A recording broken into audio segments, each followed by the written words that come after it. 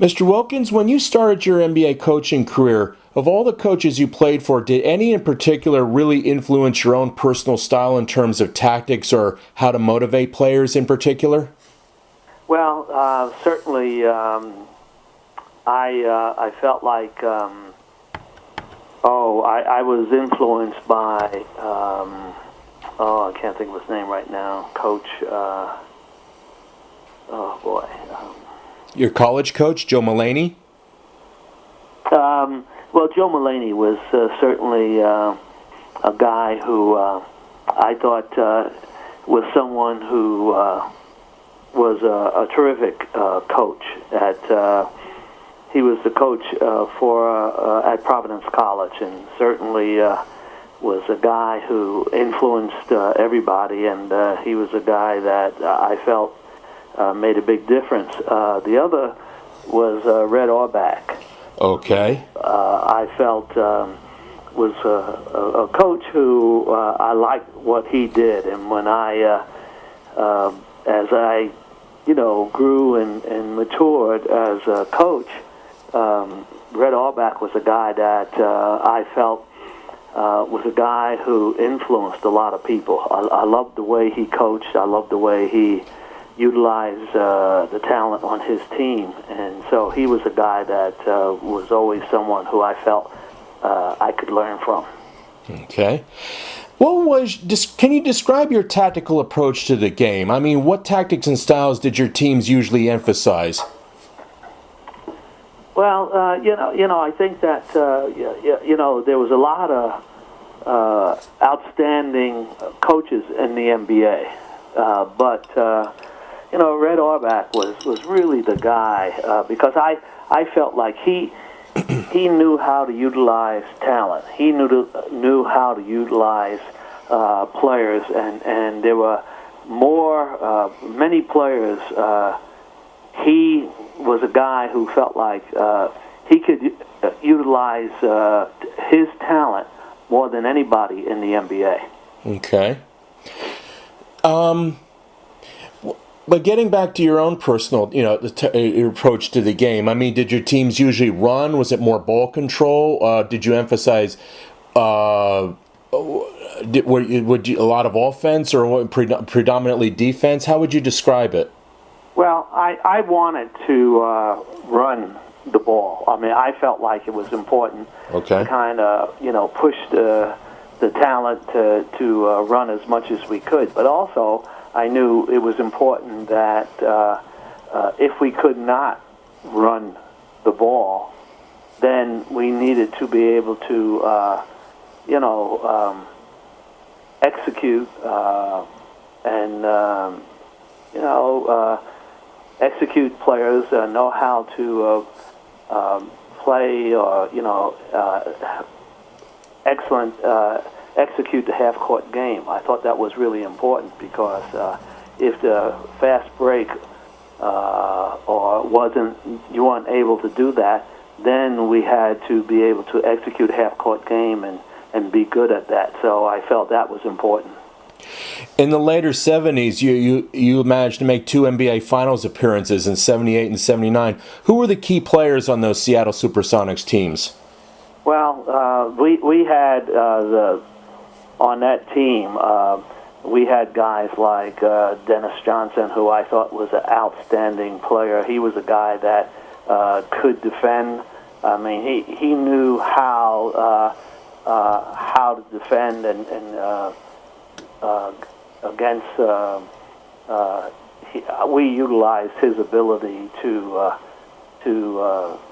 execute against the best players on the other team. So we used Dennis Johnson, but certainly guys like Gus Williams was a guy who could really help push the ball, and then he also knew how to defend against other teams. So, really, I thought that we had guys like,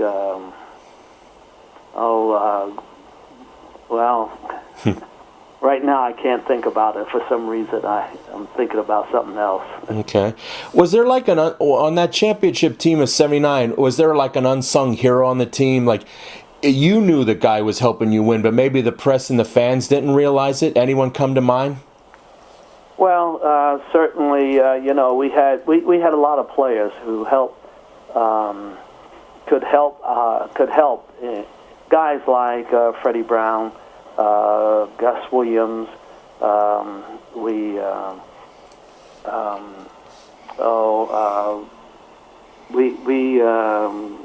Like I said, Dennis Johnson. We had a lot of guys that could play, and they certainly could help. We were a team that was very good. I mean, we could execute defense as well as any team. In 78 and 79, you took on the Washington Bullets twice, right? In the finals in 78 and 79. What was it like taking on Dick Motta's teams? How did they play basketball? Well, they had good teams. Dick Motta was a very good coach, and certainly they had, when we first play against them, we were a very good team, and they were his team. Dick Motta, he won, and all. He was able to. His teams will play well, and they won the championship the first year that we played against them. And then after that, the next year, we felt like we could win, and we could be a team that where we knew that we could win. And the next year, we won the championship. Did you do any tactical adjustments, after 78, like in the next season in 79, to help overcome the Bullets? I mean, you knew you were going to face them again. Did you do any type of adjusting, or just played your usual game? Well, we wanted to. We knew that we were going to make it. We gave ourselves a chance to win that next year. We knew that we felt like we were a team that could win, and we felt like we were not going to. We weren't going to. I thought that we were going to be ready to play against Dick Motta's team. We knew that we had a chance to win, and we made sure that we were prepared and ready to win. Okay. What type of basketball did Dick Motta's teams play? Were they ball control? Did they run like you guys? Were they physical or more finesse? How would you describe their approach on the court? Well, they played a half court game. They were very good at that, and but I felt like we were a team that could push the ball, and that we were not going to let them control the game. We wanted to play we felt like that we were not going to let them play a half court game. We were going to try and push the ball and have we tried to have a chance to win the game and not let them get off to a great start. Getting back to yourself as a coach, did you see yourself as a teacher, or more, as a strategist, or more of a motivator? How would you describe yourself as a coach? Well, I felt that I wanted to be prepared. Okay. I felt like we would be ready to play, and be ready to play against any team. And so I felt like the players on our team, they were ready to play. They knew that they would be quick. They would be ready to play a half court game, play a quick game, and so we were ready to play against any team. Did you have long practices like Bill Fitch would have long practices, or were your practices short? We had at times, if I felt like that we needed to spend a lot of time to be prepared, we would be prepared. So, okay. But I felt that the guys, the players were ready to play. Okay. And they were ready to prepare themselves and be ready. So they did whatever it took, whatever was necessary for us to be ready for the game, and they were always ready. Great coaches always usually have a certain type of player that they're always looking for. Who was a Lenny Wilkens type player that you were always on the lookout for when you were as a coach and a general manager? Anyone in particular? I mean, can you describe them? Players who you're always on the lookout for? Well, you always want to have players that could help us to win the game or win any game. And so when we tried to get a player like Gus Williams, Gus was always ready. He was a guy that he knew he was ready. He utilized his quickness, ability, and so we had players that were ready to play at any time, and so we were very fortunate to have those kind of players.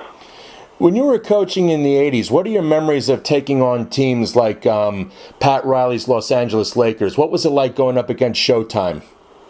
Well, I think you have to be ready to play, and we always were. We felt like, that we were going to be ready if whether we had to play, the quickness of any game. We wanted to. We were a team that we weren't a slow team. We were a team that right now I'm just not feeling real good, and I think I got to stop. Oh, I'm sorry. Yeah. Do you want to reschedule for a later date, sir? I would. I really would. I humbly apologize, sir. What would you suggest? Any suggestions? Let's see. How about a week from today? Yeah, that would be better. Okay, I will that call. Would be okay. I will call you Monday night on the 27th, again at 7 p.m. your time. Okay. That would be wonderful. Yeah. Thank you, and God bless you, Mr. Wilkens. Okay. Thank you. Okay. Bye-bye.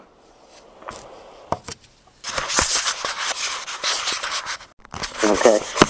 Last week when we were talking, you were telling me how much you admired Red Auerbach and how influential he was towards your own personal coaching style. Did you ever have a chance to ever sit down with him and kind of like compare notes or discuss the art of coaching with him? Did that ever happen? Can you hold on 1 second? Sorry, sir. Hold on 1 second. Mal, I'm on the phone. No. Okay, I'm sorry. My wife was headed out, and she was trying to see if I needed anything. Okay, my apologies, sir. You want me to repeat the question? Go ahead. Mm-hmm. Yeah. Last week when we were talking, you were telling me about how much you admired Red Auerbach and how influential he was towards your own personal coaching style. I was curious, did you ever have a chance to sit down with Red Auerbach during the off seasons and ever like compare notes with him or ever get advice or insight from him? Anything like that, any that nature? Well, no, I never did, but we knew each other because, I went to Providence College and Red saw me play there, and of course when I came in the NBA, I knew a lot of people up in New England, but we just would say hello. I just was an admirer of his because I liked the way he utilized his personnel. He seemed to get maximum out of them. And, they like to play up-tempo, but at the same time, they could execute the half-court game. When you broke his record, was Red there in the crowd that day when you broke his record? No, he wasn't. But I lit up a cigar in a tribute to him. He was the guy, he used to do it at the end of every game. Oh, I know. Never had the courage to do that at the end of a game, but certainly I wanted to. It was sort of a sign of respect, for him, and he knew it. I let everyone know why I did it, and I heard from him. He congratulated me and said he was happy it was me. Mr. Wilkens, you coached over 30 years. How did you avoid burnout, Mr. Wilkens? How did you do it? Well, I started out as a player coach, and certainly that was different. But But I realized that if I wanted to last as a coach, I was going to have to retire because you couldn't do that, and be successful with the younger players coming in because they needed a lot of help. They needed they didn't know as much as the guys in my era because these guys, most of them played 4 years of college. The younger players were maybe 2 years, 1 year, and so we were having to spend more time teaching, showing, explaining, and so I guess I enjoyed the game so much, and I was in a few different cities, so faces changed and things. Okay. When I was interviewing Larry Brown, he was my very first interview for this book. He was telling me he never really had, as a pro coach, he never really had dynastic ambitions like some other coaches did. He just loved teaching young players how to play the game properly. Did you see yourself in the same role? I mean, just loving to teach the game and just developing a team and making them winners and contenders? Yes, I did, very much so, because I wanted them to have success. I wanted them to see that they can beat people, and no matter what people said or what the odds was, that every time we stepped on the floor, we had a chance to win. And I wanted them to understand that, and I think we were successful in it because they were well prepared. I always wanted my team to be well prepared so that I don't care who we were playing or what the odds was, we were going to give ourselves a chance to win. I mean, when I look at your career, I mean, you rebuilt Seattle, you made them champions. Atlanta was a rebuilding effort. Cleveland was a rebuilding effort. I mean, you made them winners and contenders. So it was pretty much a pattern. One thing about coaches, they always say it's always a learning process. Throughout your career, what was probably the greatest lesson you learned when you were a pro coach? What was that lesson, if you recall one? Well, the thing that I realized was that for a coach to be successful, he had to be consistent, and all the time. And I thought that by being consistent really helped me. Because I would always set a precedent that this is the way it is here. If you want to be a part of this, then this is what I expect. Because I feel that this will give us the greatest chance for success. And when guys would buy into it, we'd do well. During the 1990s, Phil Jackson and his Bulls dominated the decade, winning 6 titles. What was it like when you were playing against, when you were coaching against them? As a rule, how did you try to defend against the triangle? Did you have any type of set strategy at all? Can you describe it? No, but I think the triangle is a good offense. I think it's overrated. I think that I don't think Red Auerbach ever used a triangle offense. Okay. But I think that you have to defend. You got to play a little up tempo, push it. When you can play the up tempo game, do so. When you have to execute, do it well. So I felt like if your team was well prepared, you had a chance to win. I don't care what the offense was. Okay. Now, at the same time, the 90s, you had Riley, when he was with New York, he was doing the exact opposite of what he was doing with Los Angeles. I mean, he was playing a very slow tempo, kind of like what Chuck Daly was doing with the Pistons. Mm-hmm. Was that a very rough experience? I mean, because those two teams were extremely physical, weren't they? Well, they were aggressive, they were physical, but, the good coaches, and Pat Riley certainly was, and Chuck was, is that you take advantage of the talent you have. Okay? That's what you do. You play to the level of the talent. If he could have played up tempo all the time, he would have. Okay. But he was smart enough to realize, okay, this is what I have. This is what will help me be successful. So I'm going to do it. What was it like coaching Dominique Wilkens when you were at Atlanta? Well, I only had a chance 1 year, and Dominic worked real hard. He listened. He wanted to be, as helpful as he could. Yes, he was in the twilight of his career, but certainly I felt he had something left. But the franchise at the time, the general manager and president, they wanted to get something for him. They felt that he was at the end of his career, and they wanted to get something while they could. So that's why they traded him. I wasn't happy about that trade because I didn't think it was a good one. In the beginning, in the 60s and the 70s, you, Bill Russell, and Casey Jones were breaking down racial barriers. When you became coach, you and Al, and also Al Addles, you guys were breaking barriers. As the years and decades passed, did other African-American coaches ever reach out to you for like advice or words of wisdom or counsel or anything like that? Yeah, a few did. Certainly, I felt like, a couple of guys would ask, how'd you do this? Why'd you do this? Things like that.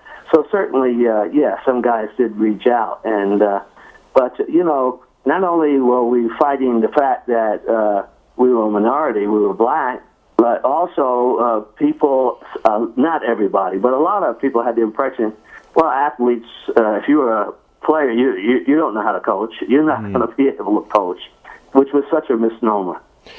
I don't. Do you mind mentioning like which coaches kind of reached out to you, if you care to mention, or no, you don't want to mention it? I don't want to mention. Okay, names. never mind. I don't want anybody to feel bad because they didn't. Okay, but yeah. Question. I read your memoirs. I really enjoyed reading it very much, and it's a great read. I noticed, I think was it after you left Atlanta, the Clippers kind of reached out to you, and Donald Starling kind of asked you to be his coach. But I remember reading that in the last second you changed your mind. Now that we know what we now know about him, do you have the feeling that there before the grace of God go I? I mean, did you feel like you dodged a bullet? I think so. I really respected Elgin Baylor, and I wanted to go there because of the respect for Elgin. But Donald Sterling, we had a couple of players, if I remember correctly, at that time that weren't signed. I felt it was important to get them signed, but he didn't think it was that important. I mean, he was going on a vacation somewhere the next day, and he was going to leave. And I said, wow, I just couldn't believe that the guy cared that much about his team. So I didn't want to be someplace like that. When the whole thing broke months ago, did it surprise you, or did you see it coming? No, I didn't see it coming. But certainly when a guy is as crazy as he is, you never know what's going to happen. So in this world today, nothing should surprise you. I was amazed at how Doc Rivers handled the whole thing. Of all the characters there, he was the only one that seemed, in my view, to have any type of honesty and integrity and character. Do you see it the same way? Yeah, I thought Doc did a great job. And that's what, when all about you losing their head, there has to be some sort of calmness. And I thought he handled it extremely well. The thing was, let's focus on this. Let's not get caught up in that. We'll have to deal with it, but right now the thing is we need to maintain our focus so that we can get through this playoff series. And I thought he did a great job with it. I mean, I think that was the right thing to do. I know he's one of my top 50 in my book. He'll be featured alongside with you. Do you admire the way he leads his players and all that? The way the brand of basketball they play. Do you like his style?